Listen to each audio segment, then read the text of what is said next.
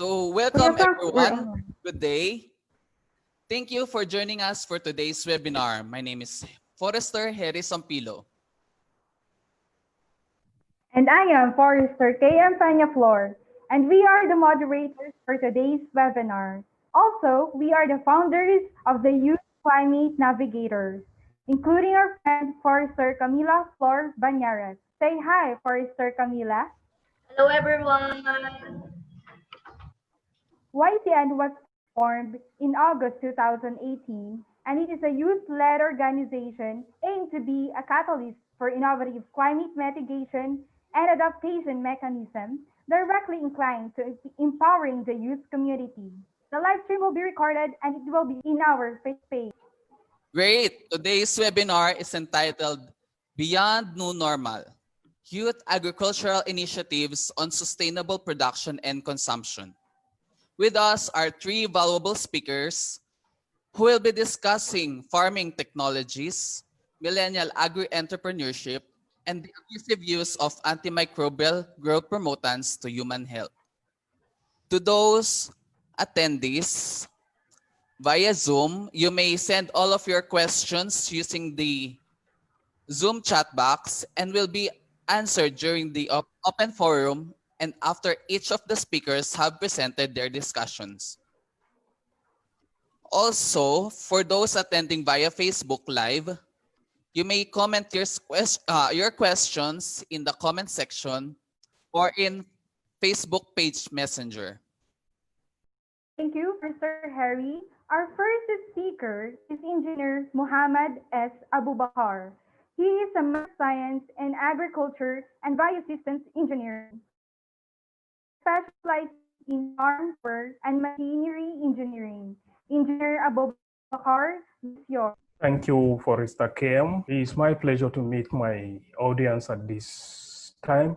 Good afternoon, everyone. First of all, I have to acknowledge the effort of Youth Climate Navigators, popularly known as YCN, here in the Philippines, for organizing such a wonderful forum. And I have to also appreciate the effort for giving me this opportunity to be a resource speaker on the topic youth mobilization in reducing challenges on farming operation in Sub-Saharan Africa through scalable technology. So, gentlemen and ladies, as we all know, the COVID-19 pandemic has come up with a lot of challenges which has seriously changed our life. And as a result of that, this thing has been causing a serious problem to our livelihoods. This has not only affected Philippines alone, it is a global issue. And there's a need for youth involvement in order to combat this menace of COVID-19 on agricultural production. As we've all known, youths are prime movers of every nation's economy. So their involvement in every sector will surely help to combat this crisis. And this crisis cannot be curtailed except if you have seriously involved in the combat of the menace through scalable agricultural mechanization or technology. And the key strategy for achieving long-term increase in agricultural production in Sub-Saharan Africa and other developing nations like my country, Nigeria, and the Philippines, is through involvement of this youth and enhancing their skill toward agricultural mechanization. If this thing is done, definitely the global sustainable development goal can be achieved effectively without much hitches. As we all know, agriculture is a most diverse sector that is ready to accommodate everybody, irrespective of your area of your profession, because it's a versatile sector that is ready to accommodate our youths. if actually the youth are very ready to go into the system. And this sector, as I've rightly said, it contains a lot of value chain, which welcomes everybody with the little training. Everybody will be able to engage into the system.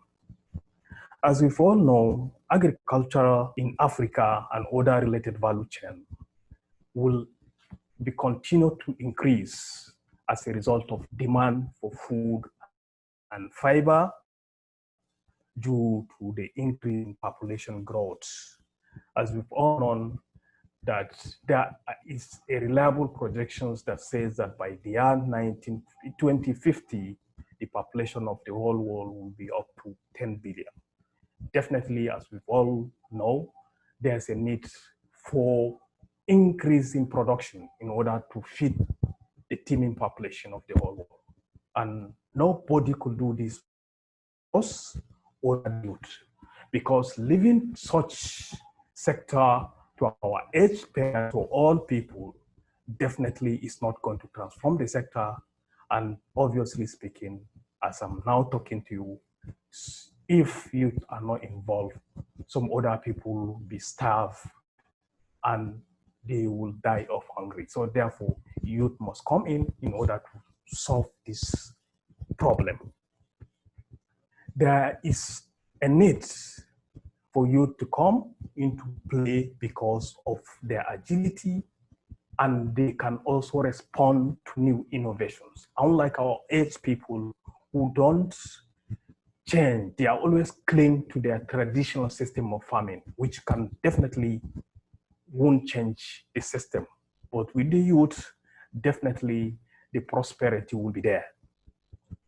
And many youths or our young people do not perceive agriculture as a viable or attractive means of earning a living in Sub-Saharan Africa. This is due to the drudgery involved in the farming system and the low level of productivity. These are the major issues why our youth look at the sector as if it is not attractive and there is no future in agriculture, of which it is very contrary to what is happening now with the modern agricultural mechanization. All this issue of drudgery and low productivity is a thing of the past, because this issue has been changed due to the introduction of modern innovations, new technology, farm mechanization, things like biotechnology, of a thing, use of drones, and so on and so forth has transformed agriculture now to a modern profession. Unlike before, when our youth took agriculture as a profession that are meant for illiterate people or all people. Actually, it is not so. Agriculture has metamorphosed to a new dimension that need that youth effort so that the sector will be boosted. Gentlemen, as we've all known, agricultural mechanization has played a very important role in uplifting agriculture in the developed countries. Unlike here in our places where the level of mechanization is still very, very low. If you can see, despite the fact that the level of mechanization is low, but these equipment are very much available at our disposal here in Sub-Saharan Africa. If you can see, the right from the word go, right from the start of the farming operations and preparation, there are machineries that are designed to perform this operation. In land clearing operation, there are simple machineries and machineries that can aid and facilitate the work at a very shortest possible time. This machinery, simple bulldozers, all this can be used for land clearing. You've seen that the drudgery is reduced at this level. If you can go to the tillage, that's the next operation. The tillage can also be done. There are various equipment. There are primary tillage equipment, there are secondary tillage equipment. The primary tillage equipment are equipment that are used for the first land tillage, like the moldboard plow, the disc plow, the cultivators, and so on and so forth, the subsoilers. And if you want to pulverize the soil so that you have a very good and perfect seedbed, then you can go to the secondary tillage operation. There are also a lot of equipment that can be used or can be engaged to perform these operations. Then the next operation is the planting operation. After tillage, the next operation is the planting. Planting, there are a lot of machineries that can be used also for planting. That ranges from the use of single row planters to multi-row planters. There are drills, the seed drones, so on and so forth. It's on your choice. So if you can see this as far as if you can move up to fertilizer application, it is also fully mechanized. There are various types of fertilizer applicators, slurry distributors, and so forth. Then if you can move to the next operation, which is the harvesting or the weeding, there are various weeders of different size and capacity can also be employed from this operation. Harvest operation is for fully mechanized. There are a lot of equipment that can be used to perform this operation, such as that range simple brush cutters, the pass, the diggers, the threshers, and ultimate combiner. The combine harvester does the operation of these unit operations at a go. It does the cutting of the crop, it thresh, it does the separation, it winnow, and now clean the grain, send the clean grain into the storage tank. If you can see, as far as mechanization is concerned now, the drudgery is now a thing of the past. So you shouldn't shun away from agriculture. Agriculture is now becoming an appealing profession. So you need to delve in. If you can see from all these operations that I itemize right from the land preparation of harvest, is fully mechanized. You need not to go to do this work manually at this age. The other operation is the post-harvest operation, which involves how do you handle this crop after it has been harvested. If you can see, this section is also fully automated or mechanized. And there are various machines. The next stage is this stage. After then, from storage, you can now take processing. Things are automated. Then from the packaging unit. Then from the packaging unit, now transport this good until when this produce reaches the table of the consumer. If you can see all these unit operations along the value chain is a welcoming issue in agriculture, which is ready to accommodate our youth. If you can see, youth can engage in these things, even transportation, packaging, storage, handling, processing, and so on and so forth. All these are opportunities that pave way to our youth. So, gentlemen, drudgery is now aside. Then apart from this, there are other innovative technologies that can equally motivate us to come into agriculture, because it makes agriculture, or it has changed the agriculture to a new dimension, like the use of introduction of agriculture. In this aspect, the method or the idea is to look at the scenario or study the environment and look at how to adopt some new techniques that will our local condition. That's what climate agriculture means. By studying, you see there are a lot of crops that are very resilient to drought, which we always experience in our sub-region, that's Sub-Saharan Africa. At times, deluge, that's floods, and so on and so forth. Diseases, pests, all these things have been taken care of now with the modern technology. Then the use of biotechnology to improve crops and livestock production. Also, with the introduction of biotechnology and genetic engineering, most of our local species or indigenous species has been improved so that they can be very resistant or tolerant to drought, pests, diseases, and other anomalies that we normally encountered in Sub-Saharan Africa. If you can see this applies to the youth, and if you can come into agriculture, definitely they will enjoy the system. It's a very good means of living.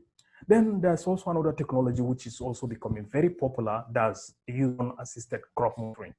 This is a new technology whereby a manned aerial vehicle deployed for this operation that man cannot do it because of shortcoming. But this machine has been equipped with cameras that can do various operations like planting, precision planting can be done using drone, spraying of chemicals can be done using drone, monitoring of crop progress, establishment, the yield can also be created, as soil can also be done in the drones. So if you can see all these things, men and ladies, as don't have any better. So I'm inviting our youth to come up with full force that you can and transform the sector. So despite all this, youth at times encounter some challenges. And what are those challenges that our youth normally? Another factor is the land. Land is the factor of production. Without land, actually, agricultural production cannot be done. Land is also another issue. Assessment has become a problem for youth. Fragmented land holdings, the land evaluation can also be a hard or another problem due to land degradation and depletion of the climate change and all this. So, gentlemen, all these models, transformation is the problem that has been posing some issues to our youth. Need reliable at times. You see that the government can come up with good interventions, programs to uplift the profession information. Those that are the remote areas or remote villages, they cannot get the information to come and enjoy all these issues. So information is also another factor.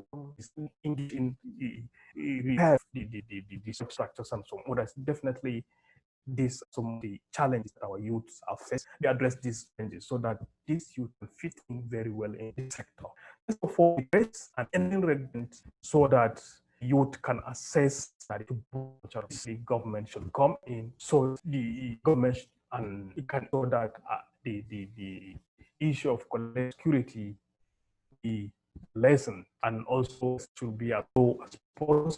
Yes, then from there, yes, reliable information and internet facilities will be provided even in the rural areas so that youth can have good internet because all these services so that it can be effectively carried out.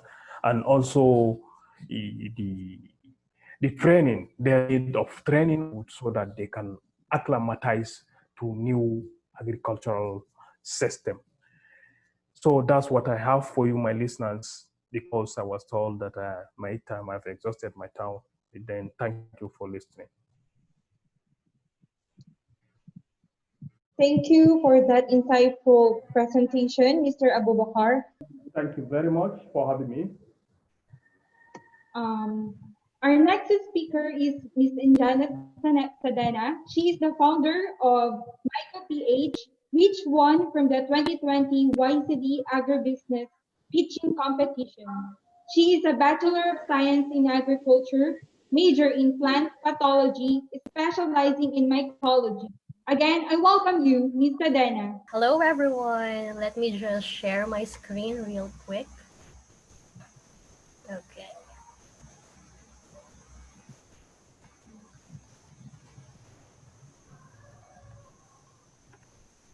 Okay, so good afternoon, everyone, and to everyone who's watching on our live. So as introduced, I am Anjanette, and I am the founder of MycoPH and Bayanihan para sa Magsasaka. And I'm also an agriculturist at Bureau of Soils and Water Management. And today I will be talking about sustainable agricultural entrepreneurship. So just a little bit of background. I run a social enterprise called MycoPH, which focused on promoting mushroom growing technology and also partnering with farmers. So from the name itself, MycoPH, Myco actually means fungi. And some of us may not know that mushroom is a fungi. So that is why we choose the name MycoPH, because this social enterprise revolves and centers around growing mushrooms. But the real question here is, why did I venture an agribusiness? So this is our biggest why. I'm introducing Mang Alberto on this slide. So he was a rice farmer on the southern part of the Philippines. And a very sad story because last year he suffered from stroke. And even if he wanted to go to hospital for checkup, he cannot because he doesn't have the money. And a few months after his stroke, he took his own life. He took his own life because he thought that he has no other choice, and that way it will be easier for his family. So this is our biggest why, because we believe that our farmers need help and they also deserve our help, and we have heard them. So I think when starting a business, you really have to know your purpose on why you started, and to really know your purpose to keep you going along the way, especially when you are encountering challenges, because every business you will have challenges. You will be facing a lot of challenges specifically for startup business just like ours. So that purpose can eventually become your anchor along the way. So it's very important to determine your purpose before you start your business. So the solution that MicroPH is offering revolves around mushroom production. So we are offering farmers a way for them to increase their income sustainably using this mushroom production technology. So we actually partner with rice farmers. We introduce the technology and we also do value adding of mushroom produce. We process it into different products such as mushroom chips and the like. And eventually, we realized that this strategy indeed helped in uplifting our farmers. And we are really hoping that eventually this strategy will help the whole agricultural sector of the Philippines in the long run. So, being a millennial agripreneur and as agriculturist, I personally think that these four factors are the key to sustainability when you are starting your own agribusiness. So the first one is inclusive growth. So here in MycoPH, we partnered with farmers to be able to expand not only our business, but theirs as well. So there is an inclusivity in that mode of partnership. So we work hand in hand with them, and it is a win-win situation for us and for them. But it is not easy at first because farmers in the Philippines, majority of them are older, and older farmers may be difficult to convince to adapt a new technology for that matter, especially if they haven't heard of that technology yet. But eventually, if you have your success stories or you've already partnered with a few farmers, they can be your success stories that you can share to your future partner. And then eventually they will believe you because these farmers, their motto is to see is to believe. So you really need to make it up that they can already earn from what you are promoting, this technology that you are promoting. So the next factor is feedback oriented. So feedback, I believe it is very, very, very important to any kind of business. So any kind, whether that's agripreneurship or any kind of business, feedback is very important. And feedback actually tells you that you need to improve your business, what you need to improve on your business or what is lacking. And oftentimes in a business, future complaints, you can avoid that by taking actions to all the feedbacks that you are receiving. It is like you're already building a solution to a problem that haven't go to your business officially or haven't hit your business officially. So it's like a preventive measure by simply taking actions to all the feedback that you're receiving from your main customers, from your partners, and also from your co-founders and your employees. So that's the second one, feedback oriented. The third one, I believe it is also very, very important, is continuous innovation. I think all of us will agree if I say that the only permanent thing, even in business world, is change. And entrepreneurs, just like me, must always innovate because in this world, the world is not the only one changing. The way we do business, it is also changing. A good example for this is what is happening right now. So right now there is a pandemic and a lot of business has been struggling. But most of the business are coping up because they were able to innovate and adapt to transfer their products into several online platforms where they can market their products.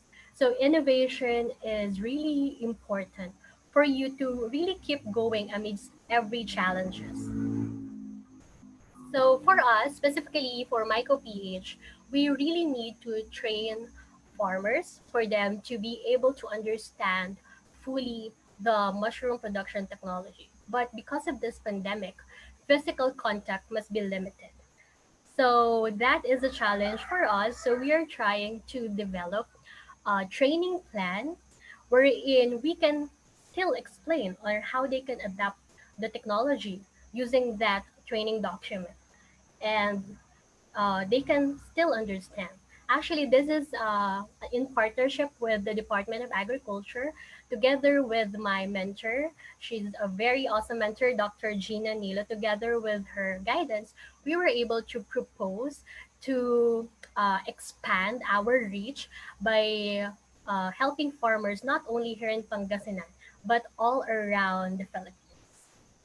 So lastly, this is the fourth factor or the key strategies for sustainability in your business is widening your network. This is very important as well. Actually, all of these are very important. Widening your network is very important for your business to be sustainable, specifically for millennial business women just like me. So there are a lot of entrepreneurs out there who you can ask help with. And some of them are even willing to be your mentor. All you just need really is to ask. And right now, we live in a world where everything, literally everything, can be accessible with just one click. So it's very easy actually to tap to different people during this time. So aside from meeting your mentors, there are also a lot of platforms that can help you connect with other people, not only in the Philippines, but across ASEAN. One example is the Young Southeast Asian Leaders Initiative, or we call it YSEALI. YSEALI is supported by the US Embassy, and YSEALI builds leadership capabilities all over ASEAN. And last March 2020, a few months before, I attended a workshop in Lao PDR, sponsored by YSEALI. And during that workshop, I met a lot of like-minded individuals like me who are also interested or are also doing agribusiness. So it's really a good time to share best practices among yourselves. And most of the time, people doing the same business or as yours are not really your competitor. Most of the times, you can be buddies, which can share your best practices and challenges encountered. So not that not that not there's also a lot of seed funding from YSEALI, and they actually have different grants that future entrepreneur or those who are planning to start their business, so they can apply for several grants. YCL is also offering that. So that's important, the widening your network in your business. You can find mentors, you can find future investors or seed funders for you to be able to maximize your business. So it's really very important not to just think that you're alone in this journey. There are other people who are very much willing to help you. So widening your network is really important. So to summarize, that is for inclusive growth, feedback oriented, continuous innovation, and widening your network. So before I end this talk, I just want to introduce one of another initiative that I am leading. We call it Bayanihan para sa Magsasaka, or in English, for our farmers. We started this last March 26, 2020, and we are 7 in the team. It is a youth-led organization, and our mission really is to uplift our farmers, specifically during this challenging time. So as of June 4, 2020, we were able to help 2,500, more than 2,500 farmers from all over 3 provinces in the Philippines. That is Pangasinan, Tarlac, and Misamis Oriental. So how do we help them? So we started by helping them by providing grocery packs, but eventually we met a lot of companies and organizations who are willing to partner with us. So the first big partnership that we had is with the Country Bankers Insurance Group. It is a local insurance provider here in the Philippines. So together with our partnership with them, we were able to provide life insurance for free to our farmers. And also, we partnered with GrainPro Incorporated. It is an international company who focuses on post harvest storage of different grains and different produce. So, through our partnership with them, we were able to provide hermetic technology bags, which farmers can use for them to improve the quality of their produce or to maintain the quality of their produce, specifically during storage and transport. And then the most recent partnership that we have is with an international non-profit organization called Waves for Water. We partnered with Waves for Water to provide water bill subsidy to our farmers. So we are actually shouldering 1 month water bill for our farmers. But we are just starting, we are crafting our foundation plan for us to be able to transition into a nonprofit organization here in the Philippines. And we are connecting with several companies to be able to expand our reach, not only by providing these materials, but also with training and education related stuff for us to be able to uplift our farmers more. So you can visit our social media pages. We have a Facebook page rather, at For Our Farmers PH. We also have Instagram and Twitter account that's for our farmers. So you can check out all the amazing stories. You can see the pictures of the farmers that we have been helping since March. And you can also see all the partnerships that we had with these local and international agribusiness and agri-related companies.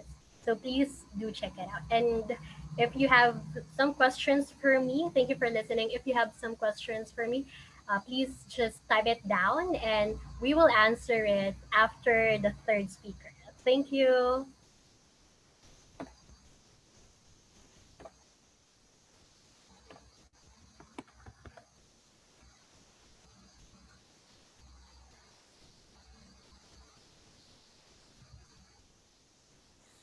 Thank you for that informative presentation, Ms. Tadena. You're Our last, welcome. our last speaker is Mr. Elmer John S. Cabangon Jr. He is a Bachelor of Science in Agriculture, major in Animal Science, specializing in meat science. I now welcome you to Mr. Cabangon Jr. So today we'll be focusing on the antibiotic growth promoters in the animal industry. So this will be our outline for today. So you'll be acquainted with the AGPs, be introduced to the definition, the history, the current scenario and the actions of the industry. And of course, I'll be giving some personal recommendations in order to reduce the use of antibiotic growth promoters in the farm level. So the aim of animal production is mainly to provide food. So we utilize livestock and also poultry for us to be able to get or to supply eggs, meat, and milk and other food products from these animals. So we are geared to give or to feed the global population in order for survival. For someone in the animal industry, I may describe as animal production is already in the new age. So it is already intensified, fast-paced, and of course, it is also constantly improving. So right now, our focus is to produce as much food or as much animal products in order to feed the world at the shortest possible time, at the most efficient time. So this is an example of a farm, a layer farm in the area of the Philippines. So common designs right now. So right now, let's go into the antibiotic growth promoter. So an AGP or an antibiotic growth promoter, according to the FAO, is any medicine that destroys or inhibits bacteria and is administered at a low dose or a subtherapeutic dose. It also helps the animals digest their food more efficiently in order to be utilized or in order to utilize the ingredients or the nutrients that can be digested from the individual feed ingredients for them to develop into healthy individuals. So, brief history of AGPs. During the period of the 1930s and the 1940s, we've been starting using antibiotics for agriculture and also aquaculture. So, the common reason why we use antibiotics is, of course, first and foremost, is for disease prevention. Um, Second is to extend the shelf life of the food, and also to improve the feed conversion. So the first AGP that was used in the production level is chlortetracycline hydrochloride, which up to now is still being used in the production or in the farms here in the Philippines and also, I believe, in the other areas of Asia. So their first experience with CTC is when they've used the dried mycelium streptomyces, which is being used to form or to ferment CTC or chlortetracycline. So during that period, they have added Streptomyces mycelia to the animal diet, and the result is a positive attributes in the performance of the animals or the test animals. So it is believed also that the benefits of AGPs are observed if these specific antibiotics have good interference with the pathogenic bacteria or microorganisms in the gut. Of course, we can say that there are a lot of endemic microorganisms in the gut. So basically, we target those microorganisms in order for the animals to absorb or to get the right ingredients in the feeds, aside or rather than the pathogenic bacteria competing with the good bacteria in the gut of the animal. So basically, it's more on the efficiency of absorption of the animal. So during the period of 1950s and 1960s, the US FDA have approved the non-prescription use of antibiotics in the US also. So right after the EU, the US followed suit.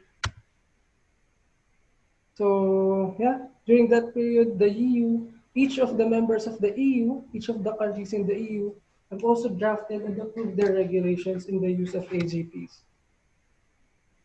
Then a few years later, unfortunately, there are growing concerns with multi-drug resistant salmonella. And just a few years also, there have been MRSA or multi-drug resistant strains also of Staphylococcus aureus. So it's just maybe I think it's just 5 years, if I'm not mistaken, that after approving or drafting these rules and regulations regarding AGPUs, these concerns have followed suit. So here, has the UK asked a specialist, Dr. Eric Swan, to conduct a study to confirm the reports that there have been transferable AMR or antimicrobial resistance from the animals to the human beings. So in this one report, uh, it stated that there's really antimicrobial resistance transfer from the animals to the human beings. And so the EU and the United Kingdom has adopted the recommendations in the Swan report. Some of these recommendations are the regulated use of AGPs, and while most are regulated, some are forever banned to be used or to be added in the feeds without the prescription. So during the period of 1969, a lot of a lot of people have been pushing for non-use of AGPs in the feed. So they've been very successful. Unfortunately, uh, despite those efforts, the EU did not stop the people from using other AGPs such as tylosin and spiramycin as growth promoters. So it still took a huge turn. Uh, People have thought that the EU would disapprove or would continuously disapprove the use of AGPs, but just a few years later, due to the pressure from the pharmacological companies in the European region, uh, the EU has slightly bent their hold for regulating AGP. So they still allowed macrolides such as tylosin and spiramycin to be used. In 1986, Sweden was the first country, if I'm not mistaken, to ban all AGPs, all AGPs for food animals. And in 1997 and 1999, the EU has forever banned avoparcin, bacitracin, and so on and so forth to be used in the feed. So it is in 2005 wherein there is a, can say, terminal ban on antibiotics as growth promoters. So it started in January 1. So all growth promoters in the EU will be banned to be used in the animal feed. So basically, most antibiotics will only be used from January 1, 2006, only for treatment. So no longer for AGP. So on the global scenario, so there's a data stating that more than half or around 60% of the antibiotics are commonly used, of course, for therapeutic purposes in humans. Take note that the farming industry is the second largest consumer of antibiotics after medical practitioners. So it is really a huge concern. It's a global concern for us. So 40% of the antibiotics, of these antibiotics, 40% of these antibiotics in the whole world are used as growth promoters in the animal production. So it's still a huge percentage. And yes, we can say that the unregulated use of AGP at the farm level is the biggest contributor, is one of the biggest contributor to the global AMR. So here's a diagram from the FAO, or from the World Health Organization rather, wherein it shows us that from antimicrobials, there's a chain wherein AMR or antimicrobial resistance along the food chain is possible. So from the farm, if we do not regulate the use of antibiotics, some microorganisms become resistant, in the long run, and these antibiotic resistant microorganisms or antimicrobial resistant microorganisms will be transferred to the farmer, then eventually to the food, which will be fed to your family or to the family of the farmers. Then eventually it would lead to terminal cases, so non-treatable cases or non-treatable diseases. So this further justifies the Swan Report in 1969. So antibiotic residues up until now can be traced on animal products, may it be on milk, on eggs, also on the meat, of course. But take note that majority of us practitioners or most veterinarians, animal scientists, also follow the withdrawal period that was suggested for every antibiotic. So you don't need to worry about it as long as the withdrawal period or the proper dosage is given to the animal. There is a inside joke, if I may share it here in the Philippines, that before, if you get 10 farmers and you ask them if they are eating their produce, may it be eggs or the meat from their farm, maybe 10 years ago, only two people or two farmers will give you an answer that yes, they're eating the produce from the farm. Well, maybe it's because they're aware of the antibiotics being used in their farm, so they don't consume it. But right now, a lot of farmers have been getting involved in using natural products also. So they minimize also the use of antibiotics. So I can say that production here is quite improving and smoothing forward on reducing antibiotics also, or reducing the use of antibiotics. So just to give you an idea, in the EU, drug-resistant infections are estimated to cause more than 25,000 deaths and generate healthcare costs of 1.5 billion euros. This is an annual data from the FAO way back in 2011. So if we um, move forward to 2020, just imagine how much more this would cost us. So as reported by the US CDC, antibiotic resistance bacteria and fungi have caused 2.8 million infections and 35,000 deaths in the US each year.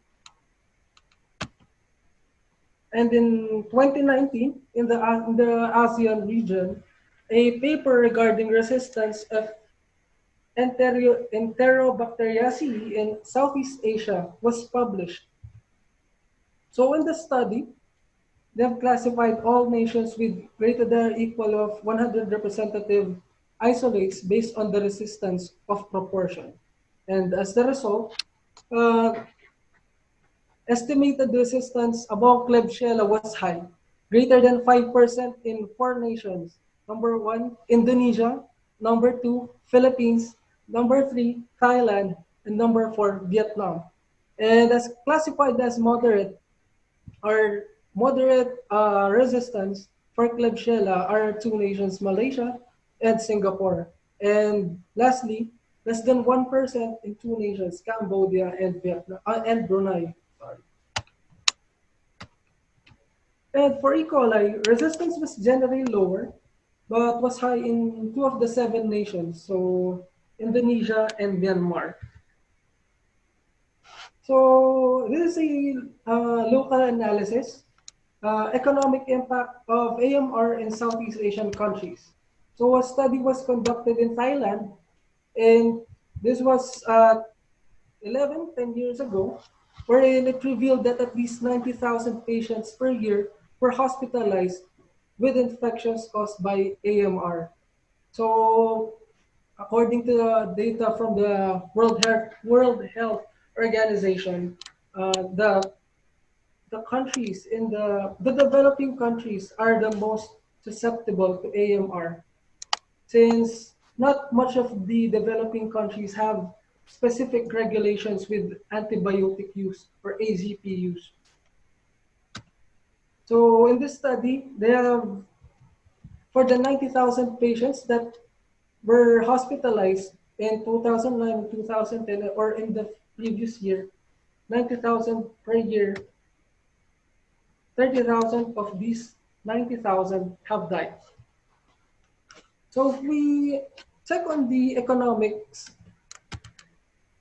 the cost of antibiotics to treat these infections was amounting to 200 million US dollars only for the antibiotics that were used.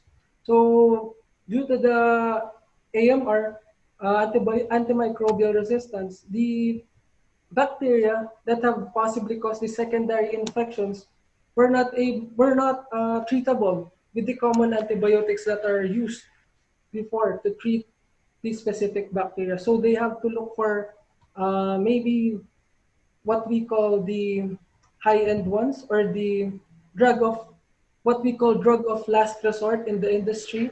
So after these drugs, or if these drugs fail to cure the patients, unfortunately, no drug will.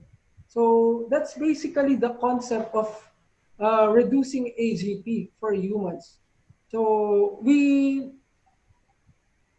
are working on reducing AGPs for these microorganisms be able to be able to be sensitive again to the specific antibiotics, specific or mainly the antibiotics of drug of last resort. And eventually, if we lower the use of antibiotics, there have been studies in the European regions that just a few months of reducing the use of antibiotics, some of the AGP resistant antibiotics or antimicrobial resistant antimicrobial resistant organisms have been becoming sensitive again. So it's a very promising study which we may look forward, we might share in the future with you also.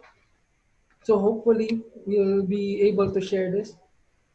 So yeah, that's the cost of the treatment for these infections. So it's in a total of 1.3 billion US dollars only for Thailand. So imagine what or how much more does it cost for the whole ASEAN. So these are some of my personal recommendations based on my few years of experience. So what can the animal industry do to reduce the use of antibiotics? So of course, we follow what was started by the EU. So let's start maybe reducing the use of AGPs if possible. So how? First is we observe proper farm hygiene. So there's a high chance that when the farm does not implement or does not observe proper farm hygiene, there will be a high bacterial load or high microbial load. So if there's high microbial load than the usual, you would expect that the infection rate will also be higher. So this is the most easiest thing to do maybe for farms. So there's a poor example of farm hygiene. So you see that animals are being fed on the floor, and the feed is sometimes being mixed with the feces of the animal. So remember that these waste also contain a considerable amount of enteric microorganisms. So number two, once you follow or once you observe good hygiene within the farm, then we limit the possibilities that diseases or microorganisms from outside the farm. We reduce the possibility that this would enter the farm facility. So how? Is we implement strict biosecurity measures for those that are the vehicles that are entering and also exiting the farm. And not only with the vehicles, but also the personnel going in and out of the farm. We do this by using disinfectants and also by providing downtime or by implementing downtime for the personnel that are going inside the farm from their vacations, maybe. Yes, let's try using antibiotics merely for treatment. So how can we do that is, I think the answer is in nature all along.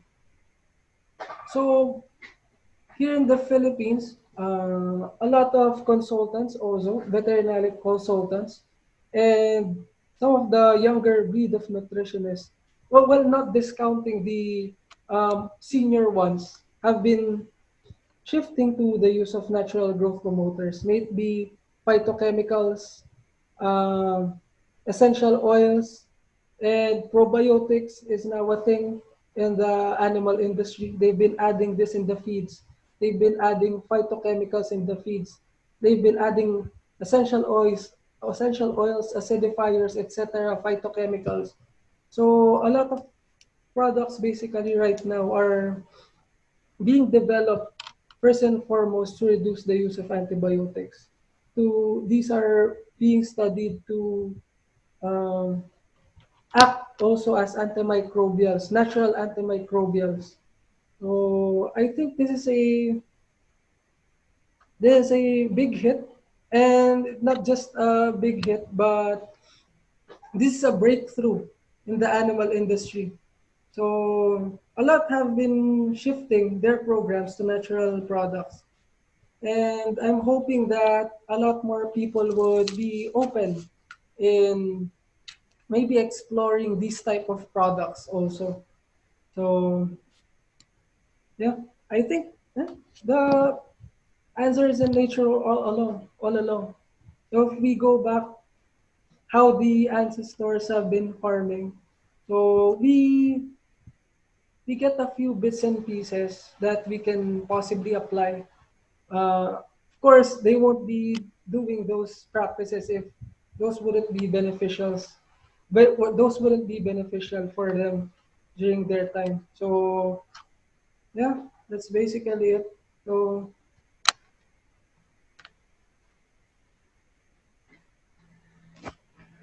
yeah, thank you for listening. Hope you get to learn a few things. And if there are any questions, I think there's a Q&A later. And I'll be giving you an email for me to, or for us to interact if you have any questions on AGP, phytochemicals, essential oils. Maybe I can share a few of my experiences also. So thank you once again, and hope everyone's fine. And maybe we can see each other in a few days' time. Thank you. Thank you, Mr. Elmer, for that wonderful presentation. Now it's time for the Q&A. Are the speakers ready to answer some questions? To the audience, in Okay. case your questions were not picked, we will gather all unanswered questions and get answers directly from our speakers. And we will be sending it through the email you have provided during the registration. Now, for our first question in the Zoom app, the question is for Engineer Abubakar. The question is from Mr. Mark Salas from the Philippines. So here's the question. In the Philippines, um, there are effective local farming machines that are invented in the country and are cheaper than imported ones and potentially scalable. How can we help our smallholder farmers to access these farm machines? Thank you. All right. Thank you, Mr. Mark Sales, for the question. Yeah, there's a need for government to intervene as far as mechanization is concerned. The government intervention is really needed because the farmers at times they don't have enough capital to start up. Definitely government must come in so that either the machineries can be accessed by the farmers at a very low price or given as a loan and paid it installment. Then at times, if you can see, there are some constraints with our local fabricated machines because they cannot perform very well like those imported ones. So therefore, as a result of that, people will prefer to buy the imported product because of the efficiency, the low efficiency of our local fabricated product. So, gentlemen, there is a need for government to come in and establish some incubation centers around the country so that these incubation centers will improve or optimize those machineries and produce them in mass quantity so that the farmer can get them at a very lower price and with high efficiency. That's what the farmers. And also the financial institutions will also help the farmers to give them some, they can get those machineries. In addition to that, there's also need to enforce so that the capacity of our indigenous manufacturers will be answered. Any question? Yes, sir. So here's another question for Engineer Abubakar. So here's the question. My name is Kiran Dumari, and I am a recent forestry graduate from Tribuhan University, Nepal. I want to ask Engineer Mohammed about role of genetic level research for mobilizing youth in agriculture, and are there any climate resilient species being planted in sub-Saharan Africa? And finally, could you mention some facts about diversification seen as a result of climate change? Thank you. Okay, thank you, Mr. Gemeri Kiran from Nepal. The genetic engineering or genetic research can serve as a motivating tool to our youth to come into agriculture because of the role it can play. Because if you can see roles, because if you can see it has changed the trend of agriculture. It has improved the quality of our local species, and they are very tolerant to stress, diseases. You can see that this thing is a plus to our youth. Be motivated with this. You see, they can go in production with, cannot buy pesticide now. They cannot buy insecticide. They can also get rid of their fears in the risk of in agriculture, because at times in Sub-Saharan Africa, you will be distracted by some variabilities, such as the drought, the shortage of rainfall, and at times some other variabilities that can come. You see, biotechnology can definitely play a very, very important role. Then the second question is the crop diversification. Obviously speaking, the crop diversification is being practiced right from the inception, which involves planting so many crops that mature at the time. Because if you cannot get from this crop, then you likely get from the other crop. The drought has affect those crops that don't mature very early. So you cannot operate at loss. You may one or two crops. Always be engaged on crop diversity. It's a good practice. It is not any Sub-Saharan Africa at all. So it's a very good thing. Then, in addition to that, people are they have very well experience or vast experience in that, because it is a long time activity. Okay. All right, my dear listeners, this is what I have for you. Thank you for your questions. I hope I have answered your questions. And anybody that has any other questions that relate to my field, please, you can forward the question into our mail so that we can send them in their private listing because of the time constraints. Thank you. Goodbye. Thank you for that wonderful Q&A, Sir Abubakar, and for our audience, thank you very much. And we can proceed with our next speaker. Thank you. So next question is for Miss Anjanette Tadena. Okay. So the question is, hi, my name is Joey. May I know how to become a partner of Michael PH? My father is also a rice farmer here in Camarines Norte. The floor is yours, Ms. Tadena, to answer this question. Thank you. Okay, thank you so much for that question, Joey. So right now, our current reach is farmers from Pangasinan. So Pangasinan actually is my hometown, so that's why we started here in Pangasinan.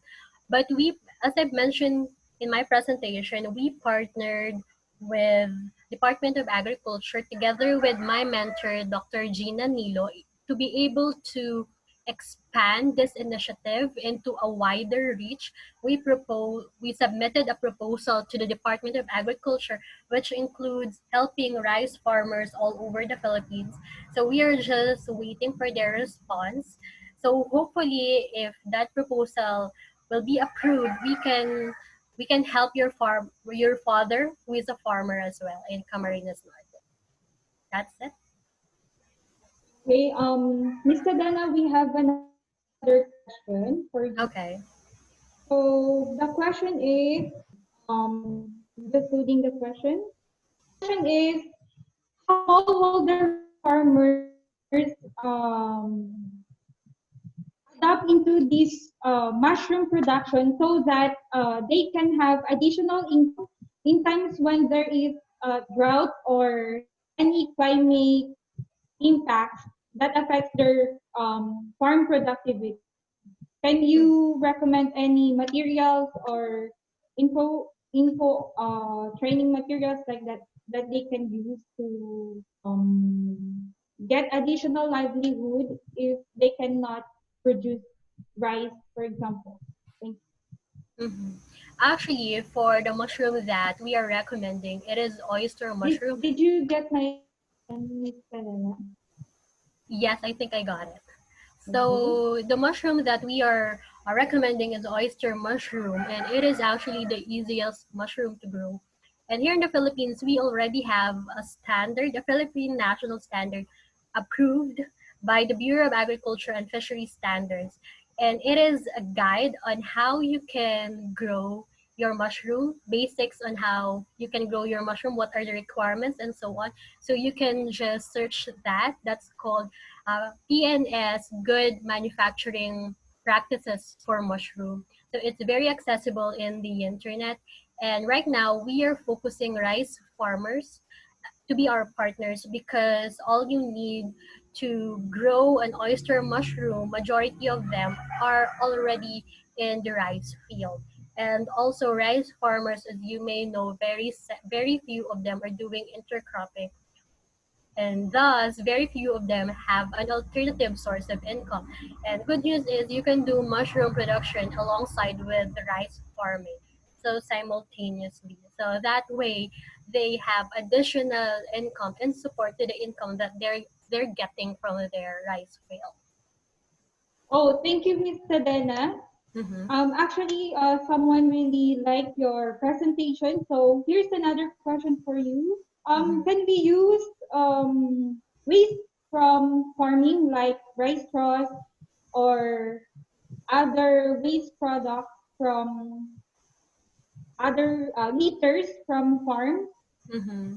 as a medium for mushroom production? Yes, actually, that is the key on why we are recommending mushroom production because all the ingredients for your substrates are you can already found in the rice field. You can use rice straw. You can also use banana leaf for other variety of mushroom. Or if you are in the place which has high supply for sawdust, you can also use that. So all of them, if you can observe, all of them are considered waste material or already. So all those waste materials can be your substrate for mushroom production. Okay, so there is the last question for you, Miss Tadena. It's Okay. from Rose Solis from the Philippines. And the Mm-hmm. question is, what strategies can be used to promote organic farming, especially with your technology during this time of pandemic? Mm-hmm. Good news with mushroom production, it is 100% organic since you do not need to use any fertilizer, chemical fertilizer, or chemical pesticide for that matter. So mushroom, how we do or how we produce mushroom, it is organic. But there are several certifications that you still need to comply on for your produce to be organic. You cannot just say that, oh, my produce is organic. You should follow all the legal basis for your produce to be certified as organic. So for that, there's another government agency who is processing the certification for organic certification. And what I can say is if you want to apply for a certification for mushroom, it's fairly easy as compared to other crops. And right now, there are a lot of online platforms uh, who are focusing on marketing agricultural produce. There is Move Food Initiative by Agria. There is Tagani PH. That Tagani PH is also headed by a fellow YC alumni like me. And there is also El Mercado Local. All of those initiatives are platforms where you can order your veggies or produce and be delivered to your doorsteps. So for the farmers or the producers on their end, they can communicate with those platforms in a way that they can promote their produce in that platform so that it will be easier for them to attract customers. So that platform will become their entry point on how they can penetrate the online market. Okay, so thank you, Ms. Tadena, for that wonderful answer. Now You're welcome. I'm giving the floor to Forrester Harrison-Pilo for reading all the questions for Mr. Jan Elmer Cabangon. Thank you, Forrester KM. So for the next question, this is addressed to Mr. Elmer Cabangon. This is question from the Zoom app from Timothy Sands of Singapore. Is there a scientific way for testing meat of livestock exposed to antimicrobial growth promotants? Yes, there are a lot of ways to trace the level of antibiotics in the meat products, in milk, and in, of course, other animal products also. So if you're interested in maybe knowing these tests or understanding these tests, maybe we can interact after this presentation. So, but to answer that question, yes, the EU has been strict with testing the amount of residue of antibiotics that have been entering their country and also leaving their country. So, yeah. Okay, thank you for your answer. Next question is from Kiran Gimayer from Institute of Forestry, Tribhuvan University, Nepal. His question is, what is the influence of antimicrobial growth promoters in wildlife such as fox, tiger, and other wildlife animals, and how they impact on wildlife? Hi, that's a very good question from you. Um, let's remember just in the 1969 report, well, that was 1969 and still applies today. There have been evidences that antimicrobial resistance is possible or it's transmissible from the microorganisms in the animals to humans or the farm animals to humans. So we would expect that if the resistant genes are in the humans and then the humans would interact with wild animals, so we would expect that this resistant gene would also be transmissible to the wildlife. So what would be the case?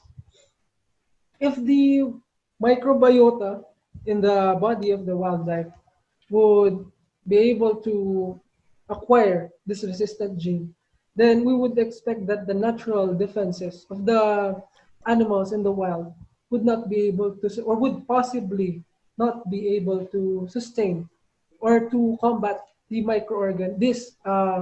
resistant microorganisms. So it's a matter of